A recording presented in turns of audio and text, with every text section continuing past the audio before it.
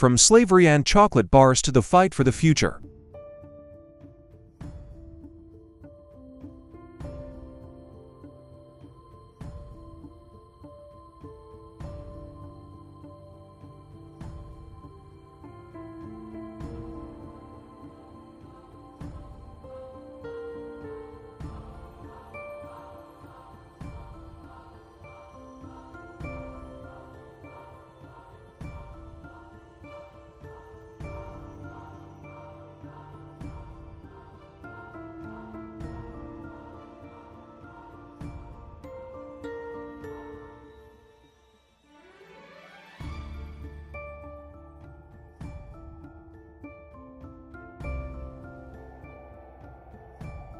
In part 1, we traced cocoa from ancient gods to conquistadors, but the story gets darker before it gets better. Enslaved hands, broken promises, a $130 billion industry built on to $a day wages.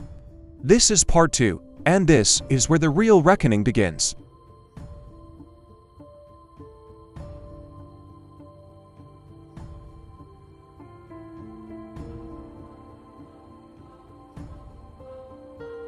In part 1, we watched cocoa travel from the sacred rituals of the Olmecs and Maya, through the Aztec Empire, and into the courts of European royalty.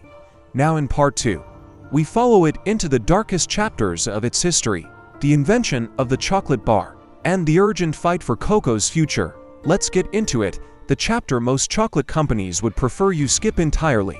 Because the explosion of chocolate across Europe wasn't built on ingenuity alone, it was built on enslaved labor, and that truth is inseparable from the history of cocoa. As European demand exploded, so did the need for cacao production. The Spanish, Portuguese, British, French, and Dutch all established cacao plantations across their colonies, in the Caribbean, West Africa, and South America. The labor that cultivated and harvested that cacao was overwhelmingly enslaved. African people, forcibly transported across the Atlantic. In one of history's greatest atrocities, when slavery was officially abolished, a system of forced contract labor replaced it, different in name only.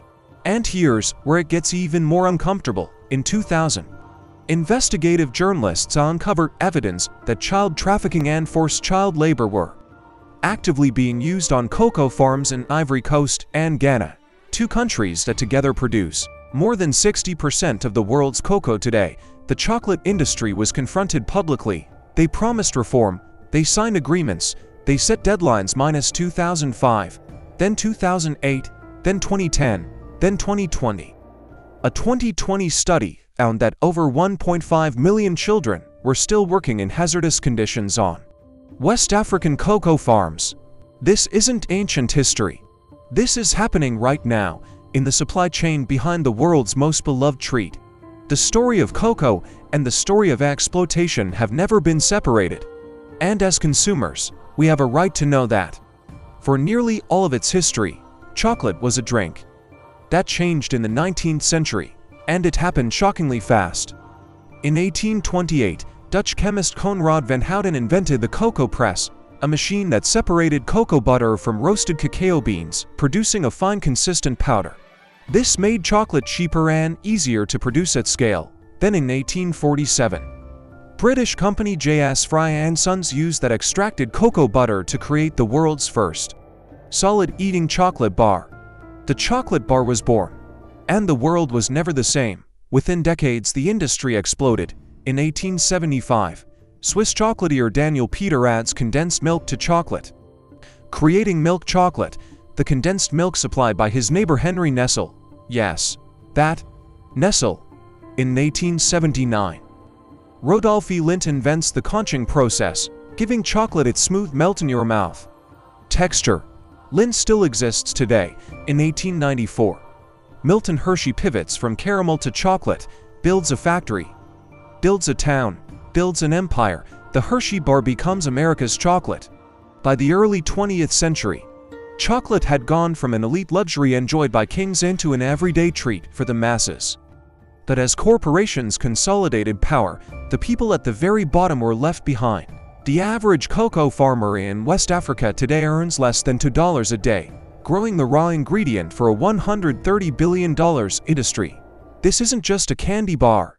It's a 3,500-year-old story of gods, emperors, slavery, and greed, and most people are holding it in their hand without ever knowing. 3 massive challenges are threatening cocoa's future right now. Climate change is shifting and shrinking the regions where cacao can grow. Studies warn of dramatic losses by 2050. Aging farmers and deforestation are draining the industry of its next generation and its land. And child labor persists as long as poverty wages make family survival impossible. But solutions exist and they are growing. Fair trade certification. Radical supply chain transparency from brands like Tony's Chocolonely, shade-grown farming echoing. The ancient Maya, new drought-resistant varieties being put directly into farmers' hands, and consumer awareness, which is perhaps the most powerful force of all, because when you know the full story of what's in that chocolate bar, you make different choices, you spend your money differently, you demand better. That power is real. And it starts with knowing the truth, from the sacred rituals of the ancient Olmecs, to Aztec royal courts, to colonial plantations, to the candy bar in your hand. Cocoa has traveled one of the most extraordinary journeys in all of human history. It has been a currency, a sacred offering, a tool of exploitation, a childhood memory, a global obsession. The story of cocoa is the story of us. But knowing the story is the first step to changing it. If this series opened your eyes, share it with someone who needs to see it. Drop a comment below. I have linked fair trade resources and ethical chocolate brands in the description. Until next time, stay curious and choose your chocolate wisely.